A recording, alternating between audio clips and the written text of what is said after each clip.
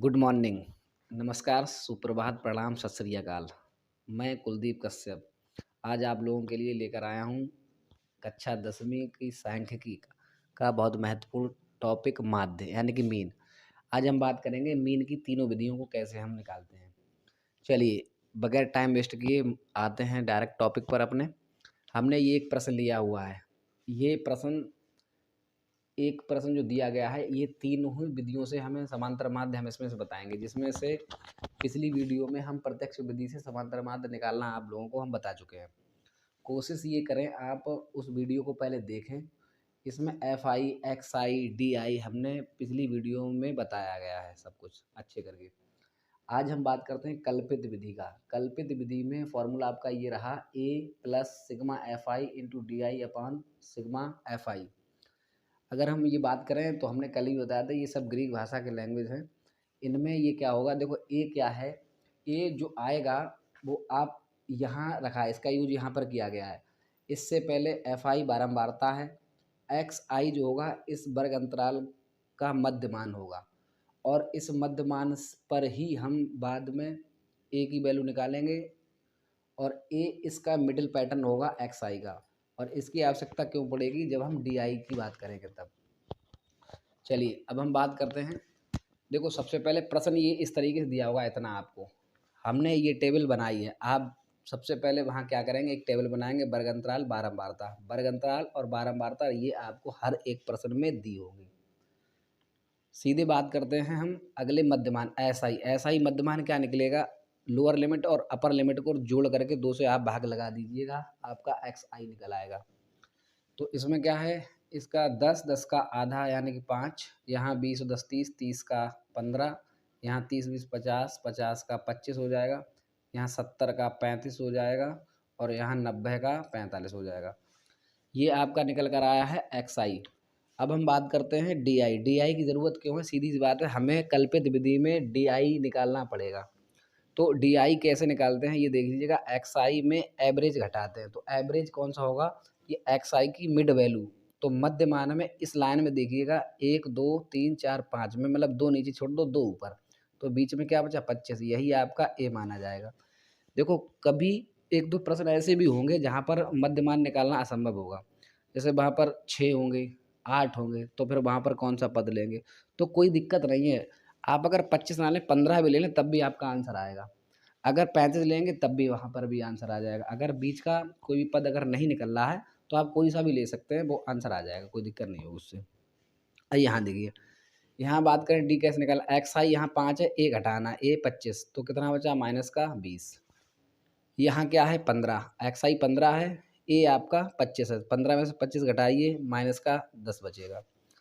यहाँ 25 एक्स आई भी है और ए भी एक्स आई, वो सॉरी ए भी 25 ही है, तो यहाँ पर आपका 0 बचेगा। अब अगर हम बात करते हैं इसकी 35 वाले में, तो यहाँ क्या है एक्स आई 35 है, और जबकि ए कितना है 25, तो यहाँ प्लस का 10 बचेगा, यहाँ आपका प्लस का 20 बच जाएगा। हम लोगों ने डी आई निकाल लिया, डी आई आप भी इसी प्रकार से निकालें। अब हम फार्मूले की बात करते हैं। फार्मूला भी यहाँ आप रख लीजिए, क्या है, A plus sigma F I into D I upon sigma F I. मतलब अब ये कह रहा है सिग्मा का मतलब होता है सिंबल, और ये दोनों हैं गुणनफल में, तो एफ आई और डी आई का आपको गुणा करके उसको जोड़ना है।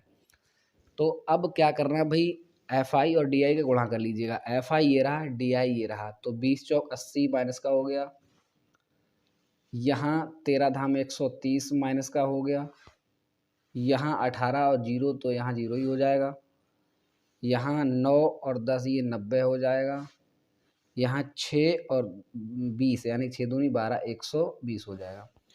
अब आपके फॉर्मूले में सिग्मा करके, सिग्मा का मतलब हुआ यहाँ इन दोनों को एफ आई और डी आई को क्या करना है, जोड़ना है।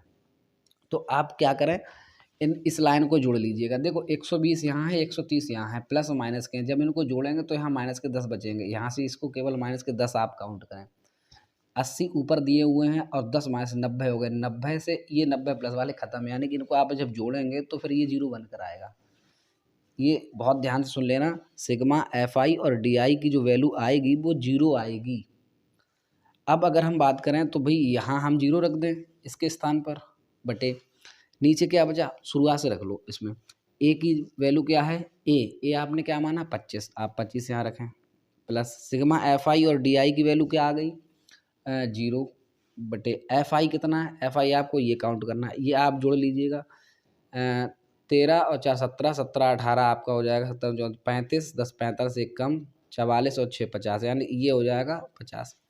यहाँ आप 50 रख लें, याद रखना ये क्या आया, ये एफ आई जो भी है सिग्मा में, यानी कि सिग्मा एफ आई की वैल्यू कितनी आई है 50 आई है। आप क्या करें, यहाँ वैल्यू रखें, इसका यहाँ भाग लगाएं, 0 ऑलरेडी हो जाएगा, 25 में 0 आप जोड़िए, इसका मतलब आंसर आपका क्या आया 25 ही आया। तो ये तो रहा कल्पित विधि से समांतर माध्य निकालने का तरीका। कोशिश ये करें वीडियो में अगर कहीं भी किसी प्रकार समझने में कोई समस्या आ रही तो उसको आप 2-1 बार रुक रुक कर के ज़रूर देखें। अगर फिर भी ना समझ में आए तो कल वाला लेक्चर, एक दिन पहले का जो लेक्चर हुआ है जिसमें प्रत्यक्ष विधि से हमने समांतर माध्य में भी यही क्वेश्चन लिया है, आप उससे देख लीजिएगा। अब अगर हम बात करते हैं इसी क्वेश्चन पर, अगर हम कहें पग विचलन विधि से आप बताइए समांतर माध्य क्या होगा। देखो समांतर माध्य जब पग विचलन विधि से लगाएंगे तो बस थोड़ा सा काम आपको करना पड़ेगा। एफ आई आप जानते ही हैं, ए आपको पता ही है, एफ आई पता है, यू आई और निकालना पड़ेगा। अगर पग विचलन विधि से बात करता है तो ये ध्यान रखना आपकी ये लाइन उसमें से हट जाएगी, इसकी आपको आवश्यकता नहीं होगी, क्योंकि यू आई में निकालने के लिए हमें क्या करना है, ध्यान रखना यू आई जो निकलता है वो डी आई में हम एच का, हाइट का भाग लगा देते हैं। काय का भाग लगा देते हैं, हाइट का, और हाइट मतलब वर्ग माप। वर्ग माप क्या है, इसमें देखो वर्ग माप 10 की है तो 10 का भाग लगा दीजिएगा आप डी आई में। डी आई आपकी क्या है, देखो माइनस के 20 है तो यहाँ बचेगा माइनस का 2, यानी 10 दूनी 20, 10 का भाग लगाएंगे 10 दूनी 20 हो जाएगा। यहाँ भाग लगा दीजिएगा माइनस का 10 में 10 का भाग लगाना है तो माइनस का बनाना है, यहाँ 0 आना है, यहाँ एक प्लस का आना है और यहाँ प्लस के 2 आने हैं। देखो ये निकला है यू आई। अब हमें क्या चाहिए, अब हमारे फॉर्मूले में यहाँ ज़रा ध्यान से सुनो, एफ आई इंटू यू आई है, यानी कि इनका हमें गुणनफल करना होगा। तो अब गुणनफल करने के लिए एक लास्ट टेबल और बनानी पड़ेगी, जैसे हमने इसमें बनाई थी एफ आई और डी आई करके, बोथी कल्पित में। अब हमें चाहिए सिग्मा एफ आई और यू आई का गुणनफल। तो भाई देखो एफ आई कहाँ पर है, 4 है, यहाँ से यू आई क्या आप निकाल के लाए माइनस का 2, तो 4 दूनी 8, ये हो गया माइनस का 13 का, इसमें 13 कम 13, ये हो गया माइनस का। यहाँ 18 का 0 करोगे यहाँ 0 आ जाएगा, यहाँ 9 कम 9 हो जाएगा, यहाँ 6 दूनी 12 हो जाएगा। अब आपने निकाल लिया एफ आई और यू आई गुणनफल करके, लेकिन आपके फॉर्मूले में ये ज़रा ध्यान रखो, फॉर्मूला आपका ये दिया है A plus sigma F I into U I upon sigma F I into H, यानी कि अब ये गुणनफल का भी आपको सिग्मा करना, मतलब सम आपको जोड़ना है। तो आप जोड़िए भाई, इनको आप जोड़ेंगे, ज़रा ध्यान से सुनो, यहाँ क्या है 13 प्लस का, यहाँ क्या है 12, प्लस और माइनस इनको आप सॉल्व करेंगे तो यहाँ माइनस का 1 बचेगा, माइनस का 1 आप माइनस के 8 में ले जाइए तो माइनस माइनस प्लस हो जाएगा, तो यहाँ माइनस का 9 हो जाएगा, माइनस का 9 और प्लस का 9 ये दोनों आपस में कट जाएंगे, इससे ये खत्म, क्या बचा, यहाँ भी 0 बचा। यानी कि जो हमारा sigma F I into U I आया उसकी वैल्यू आ गई 0, और नीचे सिग्मा एफ आई दिया, सिग्मा एफ आई आपको ऑलरेडी पता है, आप यहाँ रख ही चुके हैं, ये रहा एफ आई, ये 50 है, आप यहाँ 50 रख लें। अब क्या करना है भाई, फॉर्मूला उठा लीजिए, आप उसमें वैल्यू पुट कर दीजिएगा, यहाँ देख लीजिएगा ए कितना है, आप ए मान ही चुके हैं 25 ही है, यहाँ 25 रख लीजिएगा ए, प्लस सिग्मा एफ आई और यू आई, एफ आई और यू आई आप कितना लाए हैं, आप इसमें लेकर आए हैं 0, तो आप यहाँ 0 रख लीजिएगा, बचा कितना एफ आई की वैल्यू कितनी है 50, 50 यहाँ रख लीजिए, इसका गुणा कर दीजिए। हाइट क्या आ रहा है, हाइट आपकी इसमें वर्ग माप में दी थी 10 आई, तो 10 का गुणा कर दें, यहाँ 10 पंजे 50, और यहाँ ऑलरेडी ये वैसे भी 0 हो जाएगा, तो यहाँ क्या बचा 25, उधर भी कुछ नहीं बचा।